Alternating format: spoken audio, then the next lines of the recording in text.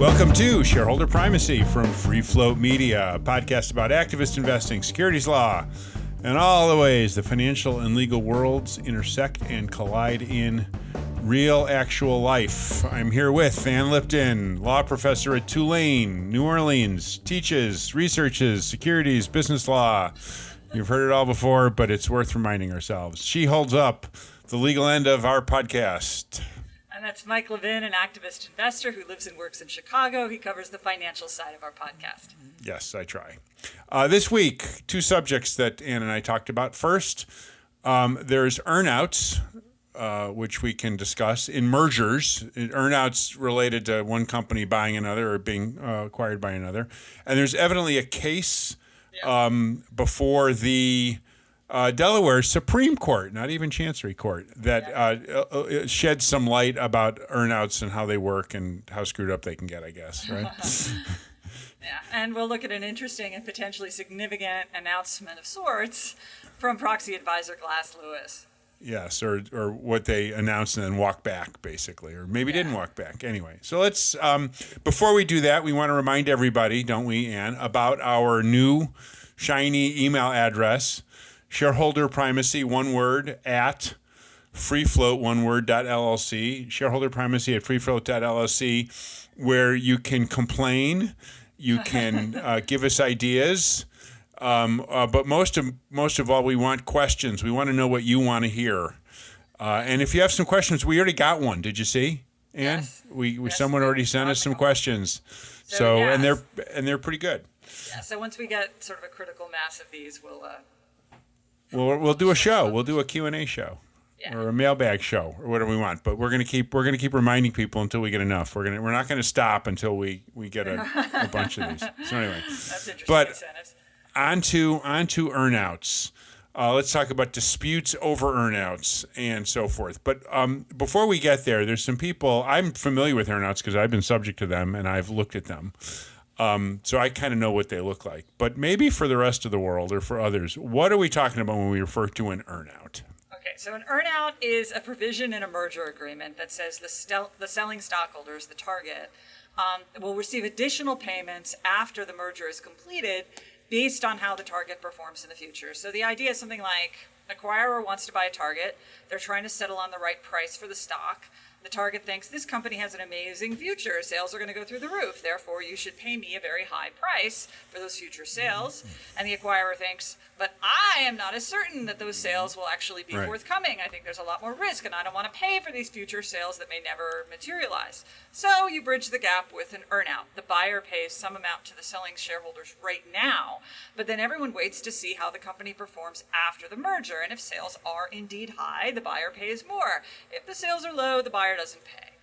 So it's not just sales. Earnouts can be based on all sorts of other parameters, sales, profits, units, all sorts of other stuff. Regulatory approvals, which is exactly. But it's basically a contingent.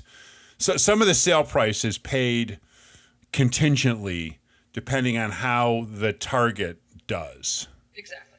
Right, and the economist in me wants to remind people that this deals with an interesting problem that we call information asymmetry. No, it's more than that. It deals with the allocation of control. Well, sure, allocation of control too. But there's the sellers know stuff that the buyers, that they may or may not have told the buyers or whatever. So anyway, all right. So that's sort of when we refer to an earnout. That's what we're talking about. And why do we care? Why you've seen more of these or what? Go ahead. Yeah, they're much more popular recently. And that's largely because we had this boom period, we might call it a bubble, when interest rates were really, really low. And everyone was investing in private companies at these really high valuations because interest rates were so low, and then interest rates went up.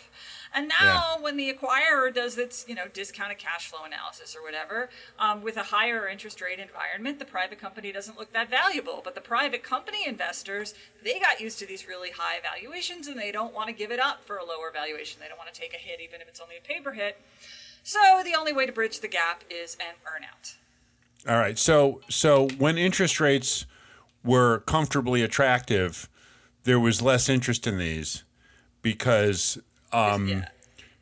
the economics kind of, didn't require those kind of payouts. But now that interest rate, there wasn't the same kind of gap between how acquirers were valuing things versus how the private company investors were. But right, now and so there's a big difference. And so we'll be, because we have to kind of pay more or whatever because of the interest rate, we're going to pay at least some of that contingent. It sounds like, and that's become a little more popular in the past probably 3 years. I'm going to say, and there's probably data on this somewhere. It's about Wall probably Street Journal had an article at the end of last year about how popular they're becoming. Right. All right, cool.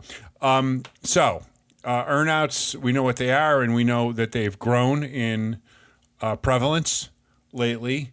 And yeah, I've seen them and so forth. Again, I don't get involved too much in like M&A stuff. There's some companies I look at do, and yeah, there's going to be, kind of healthy gifts given to CEOs and so forth, or whatever seller.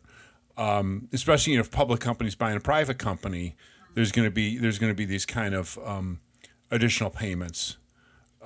It could be stock. It could be all sorts of stuff that gets awarded. So yeah, I've seen it. So and in my kind of very limited experience, these are like ripe for abuse. Yeah, exactly. Okay, there is so much. They are so. I mean, a smart buyer is going to try to put a lot of boundaries around it. But man, they could get gamed so well. They get gamed, but they get gamed. Well, there's a lot of litigation essentially, and litigation. Okay, go ahead. And there's been a lot of litigation because the whole point here is that the earnouts are based on the target's performance after the acquisition. And at that point, the acquirer is in charge of the company.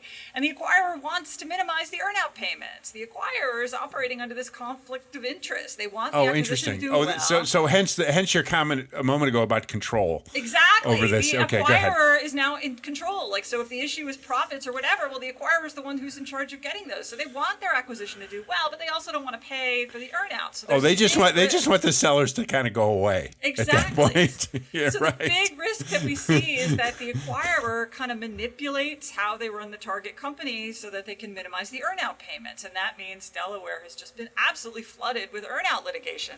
The selling shareholders allege that the acquirer breached the merger contract in order to find some way to reduce the earnout payments, and the acquirer says, "No, we didn't. The target just underperformed. There was nothing we can do." Oh. And I have to tell you, I love these disputes. I mean, just intellectually, sitting here as there spectator. are probably some really delicious detail and all sorts of principles. Exactly, because something about this scenario in particular tends to inspire a lot of legal creativity when the acquirers try to find ways to avoid the earnout payment. I can't imagine. It gives rise to so much chutzpah. So yeah, a lot of chutzpah. So and you spend a lot of your time reading pleadings. I read, I read in the opinions, yeah. And you read opinions and stuff, and you read too much of this in a week or in a month, and you start to get a little, your eyes glazed. But I could just see you sort of sitting at your desk saying, marvelous. "Oh wow, good earnout litigation." This one, I'm going to save this one. I'm going to save this one for the weekend. I save these for class as well. I like Sure. the colorful pack better because, like, one problem that comes up all the time is timing. So most earnouts have a time limit.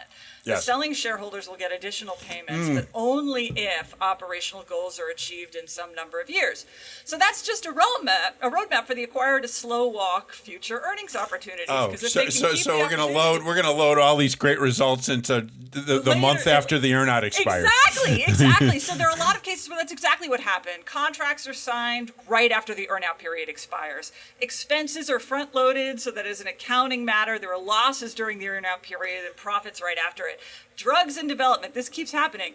This constantly happens. There's an earnout payment due if you get FDA approval within some time period. And magically, FDA approval comes just after the period expires. Imagine that. And the acquirer's like, I had no idea. That's just how long it took. Yeah, so man. Sanofi had to settle a huge case with Genzyme. There's been a running case forever involving, like, several different cases actually, involving Bristol Myers' acquisition of Celgene. Same scenario.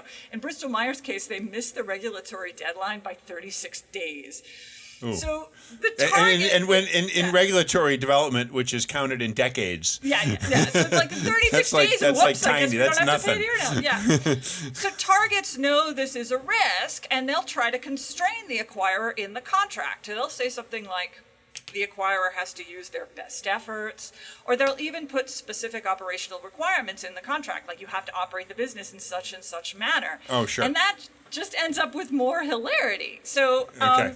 one of my favorites, this was litigated in Delaware forever. It was a case called Schneider National Carrier. So Schneider... I've seen, okay, go ahead. I think I've seen you know that the company? caption. All right, go ahead. Yeah, Schneider is this shipping and freight company. Right, so you see their trucks. Their trucks all over the place. They, Yeah, right. they deliver stuff. And they acquired Yeah. a trucking company called W&S.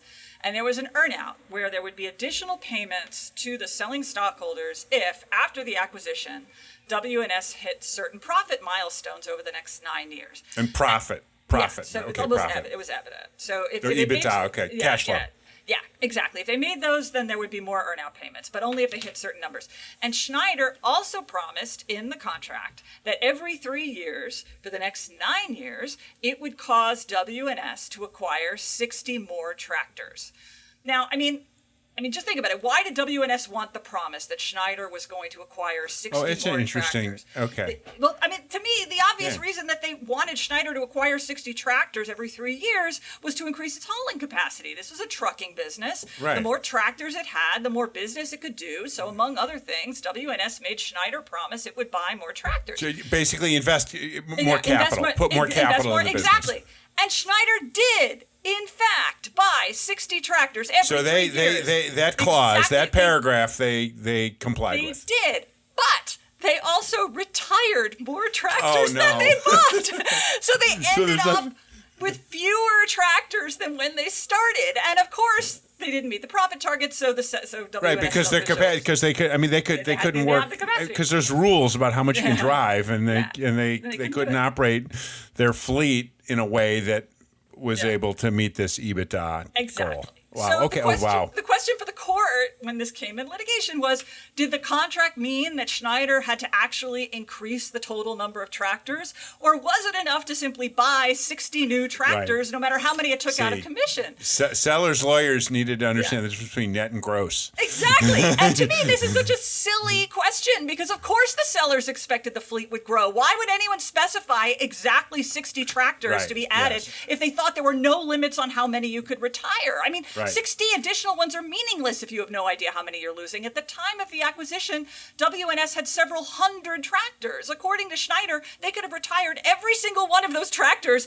and acquired 60 new ones, and Right. that would be... It would have be well, I compliant. mean, Schneider would have kind of killed this business they just Well, bought, but I mean, still. but the point is that, like, the idea was it's meaningless. No one would ask for 60 tractors exactly to grow if you had no idea how many you were going to lose. Right, yes. But the court said the contractual language is ambiguous, and this got litigated forever until it ultimately... In Delaware? It was a Delaware case? In Delaware. Okay, And then got there it. was an Allergan case where Allergan acquired a company that made a device for people with dry eyes. And there was supposed to be an earnout payment if the FDA approved this device for the treatment of at least one dry eye disease symptom. And the FDA did approve the device, but to Okay. improve dry eye symptoms. They said it was to improve dry eye symptoms. And Allergan argued, I swear to God, that treatment of dry eye treatment disease approval, system is not the same thing as So improving. there's two difference in the meaning of those two verbs. Exactly. Treat, improve. Exactly. And treat Okay. and improve. No, treat and improve. The treatment of symptoms is a completely different thing from improvement of a symptom, and therefore it didn't owe any milestone payments. Anyway, the former stockholders sued, and ultimately the whole thing settled because that was just silly. Cool. All right. So- So, and that I think there was a more recent case that you wanted to kind of talk So about. Okay, go ahead. Yeah, the Delaware Supreme Court has one pending right now, although this one's not nearly as funny weird. and ridiculous, but it's a serious one. So J&J acquired a private company called Johnson Oris, Johnson, Johnson the Johnson, medical. yeah, Okay, yeah. got it. All right. So they acquired a company called Oris Health that made surgical robots. And it promised, this time, again, earnout payments were tied to FDA approval of different procedures the robot could perform. And the selling shareholders basically alleged that instead of prioritizing the development of the robot so that it could get FDA approval, J&J prioritized its other business interests and kind of cannibalized the robot. to So achieve their corporate starved this acquisition of yeah, some like resources. more like they looked at their that- business holistically and they didn't think Yeah. that there was any need to prioritize the robot. And the shareholders won at trial. Delaware Chancery trial. It was a bench trial before Vice Chancellor Will. She concluded that the contract required J&J to prioritize this robot. And J&J is arguing that Chancery misread the contract and it was permitted to take this broader view of its business interests when developing the device. Now, this is really fact-specific. It depends on the precise language of the contract, but there is one aspect, just an interesting contract dispute that I think it's worth talking about. So the idea here is all of these earnout payments were pegged to getting FDA approval of this robot to perform different procedures. The first one was for general surgery, and then there was one for other procedures like upper abdominal, lower abdominal, like that. And when you're seeking FDA approval for a device, there are different pathways to get approval. And if you can show that your device is similar to one that's already been approved, it's an abbreviated. It goes faster. It goes faster. Right. It's called 510K. Yes. So it's easier to get this 510K approval than it is to start from scratch. Well, when this merger agreement was reached, everyone was absolutely positive that all of the new approvals could use this 510K pathway. Or could use the shortcut. But it could use the shortcut based on a previous thing that this health company had approved. They were so sure that the 510K pathway would be available that they actually explicitly said the milestones were for achieving FDA approval through the 510K pathway. Oh, in the contract. It was what it said in the contract. Like, nobody had any doubt that the 510K pathway was going to be available. And then the FDA said, no, they can't get 510K approval for the first one, the general surgery one. You need to start from scratch. Now, what there's also no dispute is if they got regular approval for that first procedure, the general surgery one, they could use that to get 510K That would be approval. their 510K path. Exactly, for the other ones. But the first one was going to take this, going to take a de novo And approach. it takes years. It adds so much. I mean, the 510K is like really... It's really fast, but... This was totally unanticipated by either party, so the question is, what do you do with that? And J&J's argument was, they have no obligation. That was it. They promised to seek approval under 510K. They couldn't get it under 510K. We're done. But what Vice Chancellor Will found is that both parties had a duty of good faith under this contract. Oh. And anyone acting in good faith wouldn't say, oh, no 510K process, we're done here. If you're acting in good faith, you look and you see if the alternative procedure, starting from scratch, if that's feasible, if it's commercially reasonable. And she concluded, yes, it was, because even that more longer pathway in this particular case would actually have only added another couple months to the timeline. Oh. So she concluded that J&J had a good faith obligation to try to seek the regular approval for the first device. And of course, once it got that, the other ones, it had an obligation to seek 510K approval for the other ones, and it could have built it on that, and it could have done that on that, built it on that first one. And J&J, of course, is like, no, we all anticipated there would just be this 510K No, it's just going to be 510K, forget it. And so, So this is a really interesting question of contract interpretation as part of the case. It'll be argued in the summer, and we'll find out. Oh, so Chancellor Will ruled in favor of... after a trial, J&J. No, in favor of the in favor of the seller. Yeah. And J&J appealed. And J&J appealed, and they tried to get amicus briefs on their side from all these business, like Chamber of Commerce, and the Delaware Supreme Court refused to let them file the amicus briefs, which is just a funny little legal point. Oh. But anyway, they said it was repetitive and unnecessary, so they don't get any amicus briefs. Which, So I think I've just figured out you have a new hobby. Just like I have a hobby tracking universal proxy card voting outcomes. I think you have a hobby of tracking earnouts. Yes, I do. I think that's it. Yes, I track earnouts. I read the earnout cases. I really like them. And so it's good. Like I said, a little diversion. Some people knit. My wife knits. Other people track universal proxy cards or earnout cases. Yeah. Wow. All right. Well, let's ponder that over the break for a moment, and then we'll come back and talk about proxy advisors and Glass Lewis and their announcement this last week or two. Here at Shareholder Primacy. Shareholder Primacy is brought to you by FreeFlowAnalytics.com, the only free database of corporate directors, their influence, and their performance. If you own a stock or retirement plan, go to freeflowanalytics.com and look up which of your elected directors are performing well and which aren't. Use your vote in the alternative democracy and get your data at freeflowanalytics.com. Now, back to the show.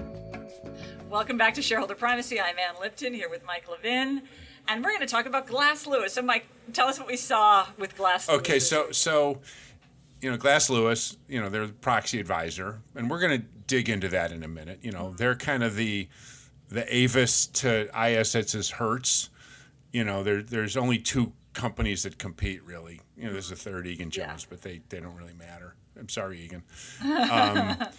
And so Glass Lewis had a very kind of curious set of announcements in the past week or so. There was some reporting that they were going to completely change their business around. They were going to get out of the some aspect of the proxy advisory business. And I don't know if you follow Semaphore, there's a sort of I've seen it. Yes, absolutely. Yeah, so it's a newer news outlet. Really good business reporting. So they had a news item. Liz Hoffman. Liz Huffman, exactly.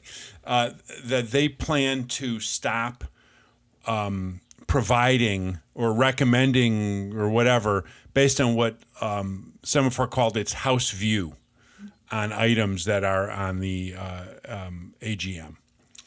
And so there was some attention to that. What are they going to be doing and so forth? We'll talk about what that kind of means.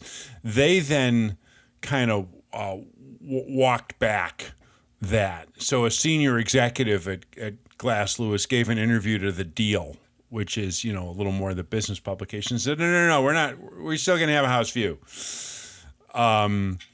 And then later on, Semaphore, so Liz Hoffman is pretty sharp.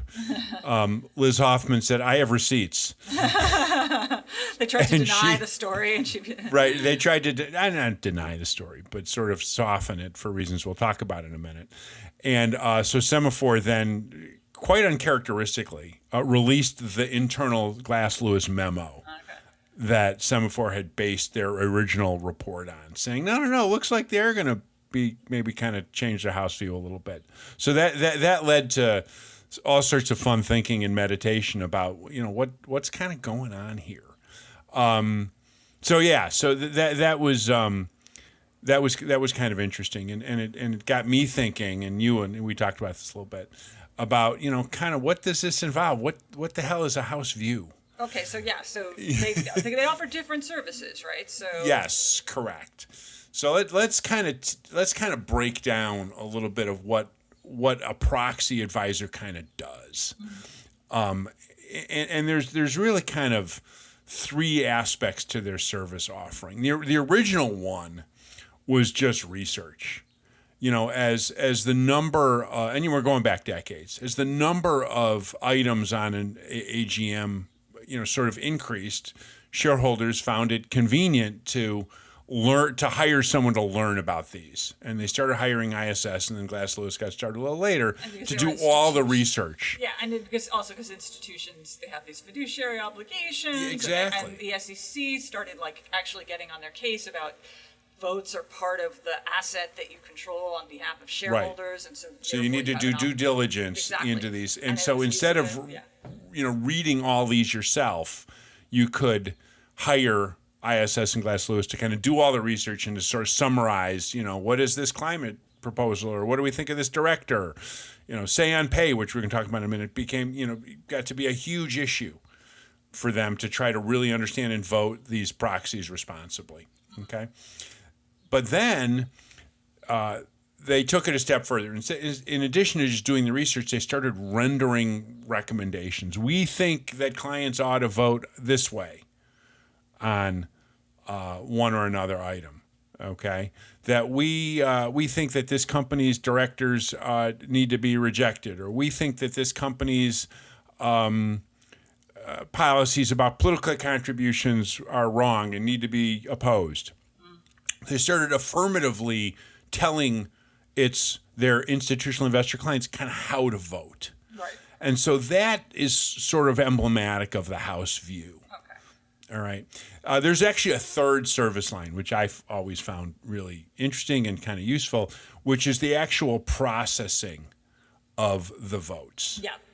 All right. And again, people, who hang around, AGMs and proxy contests and all that kind of stuff are real familiar with this. But, ISS and Glass Lewis have this extensive back office service where if, some fund or some pension fund says, I want to vote everything, a certain way, ISS and Glass Lewis will actually do the processing. Yeah, there's like a platform that they can use to, Yes. and then they can track And you their can sort of votes track it, and a lot of these funds have reporting obligations about how they voted, so ISS and Glass Lewis will support, that through the processing. So there's those kind of three aspects to this: research, the advice, and the processing. And what literally, and the House view informs that advice, that middle component of this. Because, Glass Lewis is going to say, we think you ought to, oppose all directors that lost a say on pay vote. I'm just making this up, okay, in the past year. And they sort of have this kind of perspective, some people might call it a bias, about how you need to vote. And so that has gotten Glass Lewis and ISS as well into lots of hot water.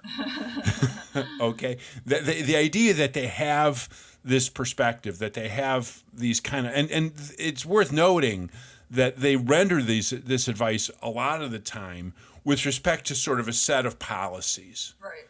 Okay? So if we're going to say you need to oppose this director because they lost a say on pay vote and didn't do anything about it, that has its basis in a policy. Yeah, no, I know they are much stricter about independence than, say, like yeah, exchanges. exactly. The company will say, Director X is independent, and Glass Lewis will be like, I don't think they are. Maybe not. Yeah, right. Yeah. So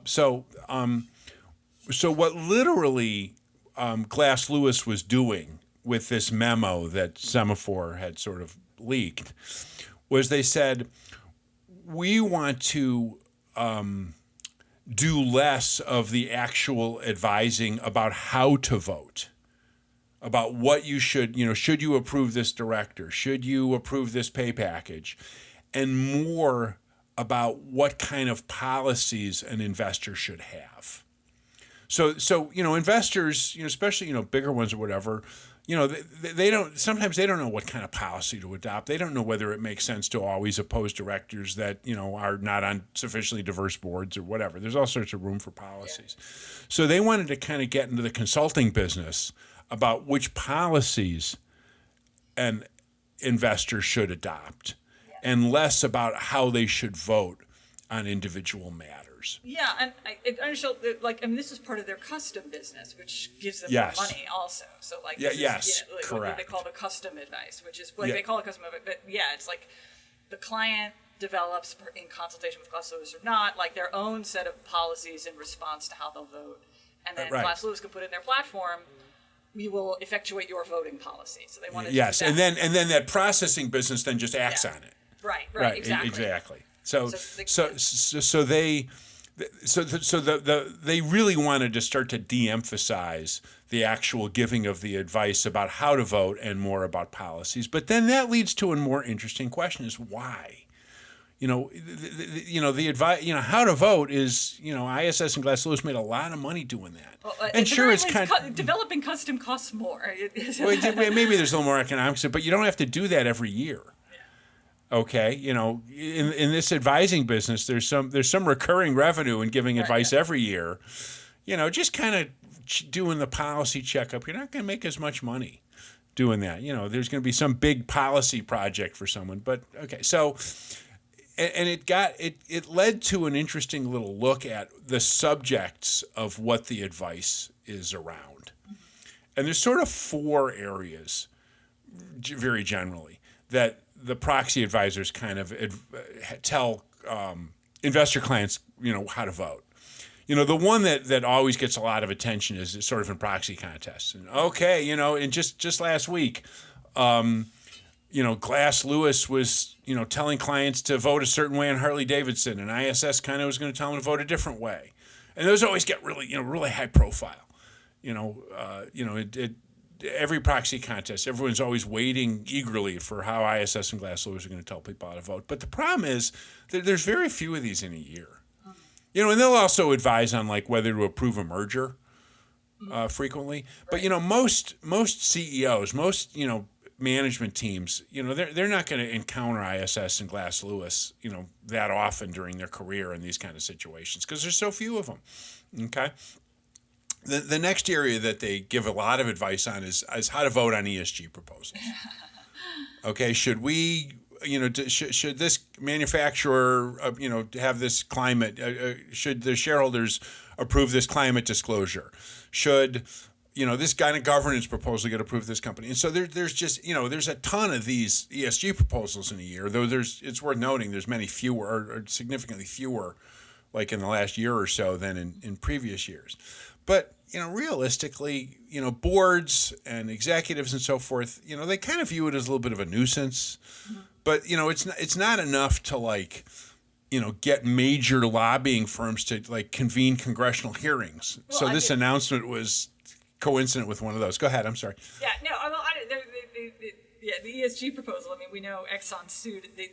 Yeah, but that was really pissing off. That was a big problem. I mean, that was for what it symbolized. But that was because these people were starting to really bug. I don't think necessarily so. Bug Exxon about it. But the ESG proposals is not necessarily going to be a principal source of heartache for Glass Lewis here. Companies kind of get a little nutsy about it, but it's not that big a deal. We get to two other areas. First, every year, Glass Lewis and ISS recommend how their investor clients should vote on directors. And every year they're going to say, yay or nay, up or down on the whole slate or whatever. And again, part of the problem is that, most director elections, there's so few proxy contests, most directors are unchallenged, and most directors kind of sail through. Glass Lewis might oppose some directors and so forth, and their opposition has kind of ramped up or kind of nudged up over the years, but still, directors still win well over 90% approval and so forth. So it's usually a plurality standard, either technically or right, exactly. Effect, so it doesn't matter. The last area is really hits CEOs where they live, which is exec comp. Okay, since the advent of Say on Pay, ISS and Glass Lewis almost every year are telling shareholders whether or not to approve the executive pay package. All right. And this understandably makes CEOs a little nervous. So if ISS and there's a ton of research. This goes to the research part of this. Investors don't really know how to read this stuff, the executive pay stuff, or really how to approve it and so forth. So ISS and Glass Lewis for years have now been telling shareholders what to think of executive pay, and executives, kind of push back on that. All right, and if the Say on Pay vote is strictly speaking advisory, but if it kind of goes south and the shareholders reject, less than a majority approve it, and then the board doesn't respond properly, they're going to maybe get an adverse director recommendation, and that's going to lead to more heartache. So this is where Glass Lewis gets into a lot of trouble.